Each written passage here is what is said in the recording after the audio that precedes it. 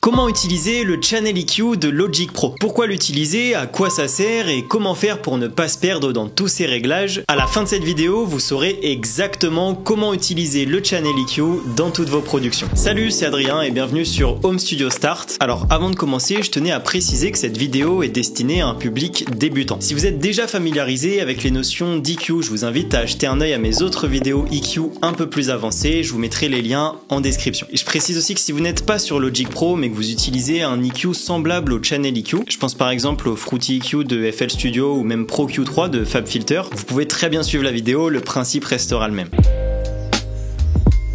Alors le Channel EQ, c'est un outil qui va nous permettre de modifier le son.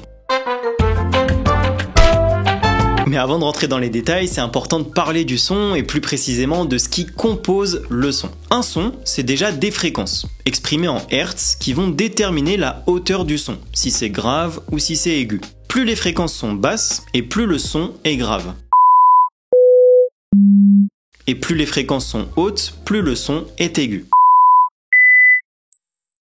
Ensuite, un son, c'est aussi une amplitude, qu'on mesure en décibels, et qui exprime donc son volume. Plus l'amplitude est petite, et plus le son est faible. Plus elle est élevée, et plus le son sonne fort.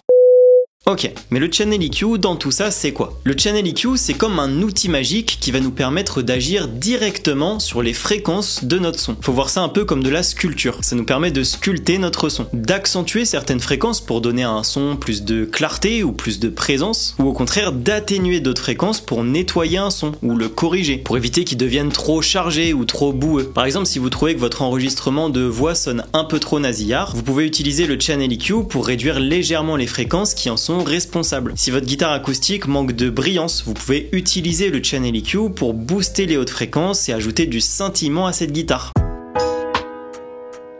Ok, ça c'est pour le principe, maintenant l'interface. On se retrouve sur Logic Pro et je vous ai préparé 3 pistes d'exemple, une guitare, un violon et un piano. On y reviendra un tout petit peu plus tard. Déjà, pour attribuer le Channel EQ à une piste, ça se passe au niveau de la tranche de console. On clique sur Audio FX, EQ, puis Channel EQ.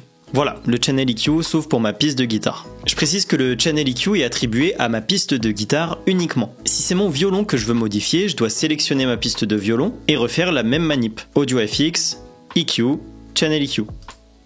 Et même chose pour le piano. Je sélectionne ma piste, Audio FX, EQ, Channel EQ. On va changer l'affichage maintenant et on va se concentrer uniquement sur l'interface. Il y a beaucoup de choses qui se passent ici.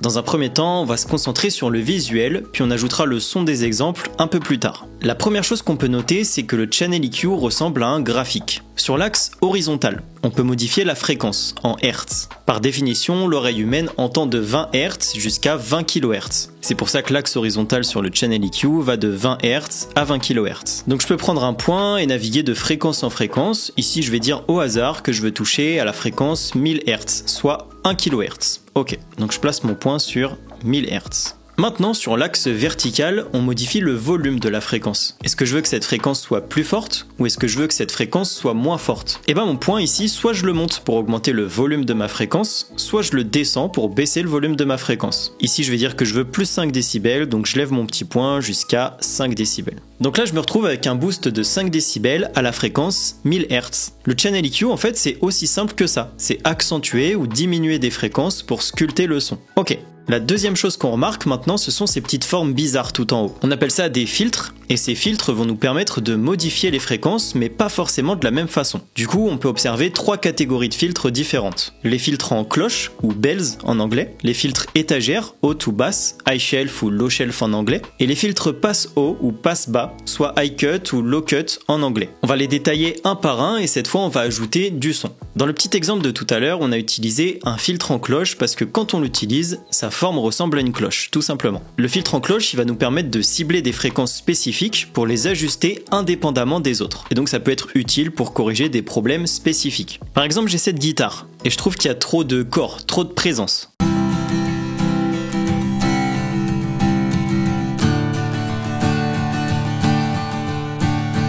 Je vais prendre mon filtre cloche et le placer vers les 500 Hz et diminuer cette fréquence qui est responsable du corps de ma guitare. Là, je touche peut-être un peu trop large, donc dernier petit paramètre à régler qu'on appelle le factor Q et qui s'affiche juste ici. Plus il est élevé et plus ma cloche va ressembler à un pic. Et plus il est bas et plus ma cloche sera épaisse. Donc ici, je vais l'augmenter un petit peu pour resserrer ma cloche et cibler les fréquences qui me gênent.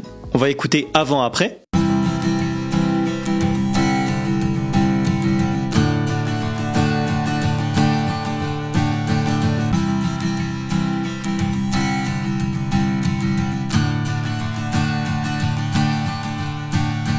Ok, cool, j'ai un peu plus de définition dans ma guitare. Et d'ailleurs, je sais que parfois c'est pas évident de cibler la fréquence responsable du problème. Je vous dévoile une petite astuce pour y arriver juste après avoir parlé des filtres. Deuxième catégorie, les filtres étagères. Contrairement aux filtres en cloche qui ciblent une plage de fréquence spécifique, les filtres étagères ils vont agir sur une plus large zone, soit en dessous, soit au-dessus d'un point. On va surtout les utiliser pour des ajustements généraux sur la tonalité d'une piste ou d'un mix. Dans cet exemple, on va prendre un violon.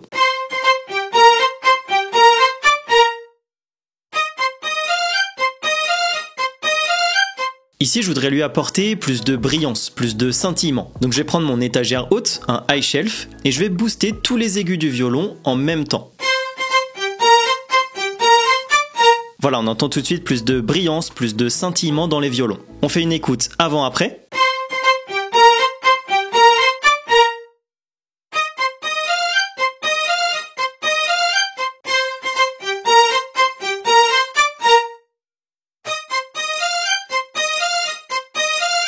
Trop cool, on entend vraiment une différence de clarté dans le son. Et d'ailleurs, si vous aussi vous entendez une différence, n'hésitez pas à mettre un petit like à cette vidéo, ça fait toujours plaisir. Merci beaucoup. Et enfin, les filtres passe haut ou passe bas, les fameux high cut et low cut. Eux, c'est très simple, ils vont couper toutes les fréquences avant ou après leur point. Pour cet exemple, on va partir sur un piano.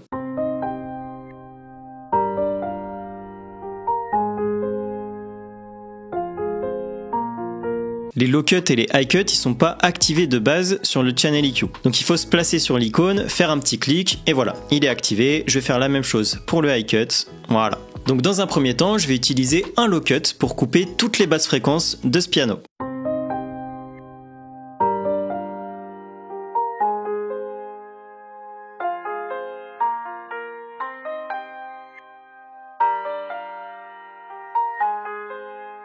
Maintenant, je vais faire la même chose, mais avec un high cut pour couper toutes les hautes fréquences.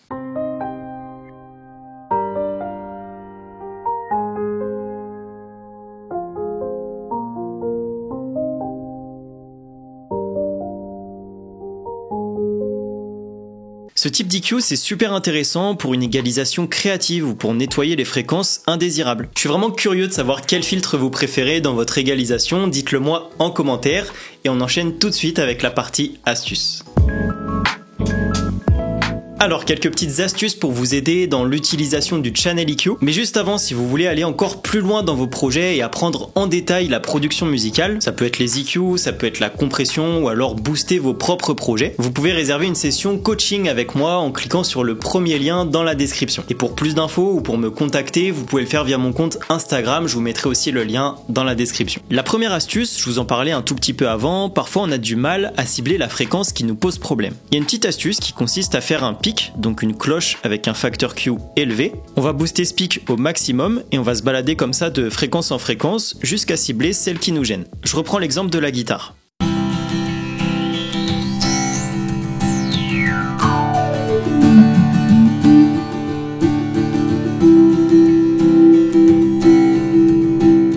Voilà, on entend bien là que c'est cette fréquence, cette zone-là qui brouille un peu mon son de guitare. C'est pour ça que je l'ai coupé.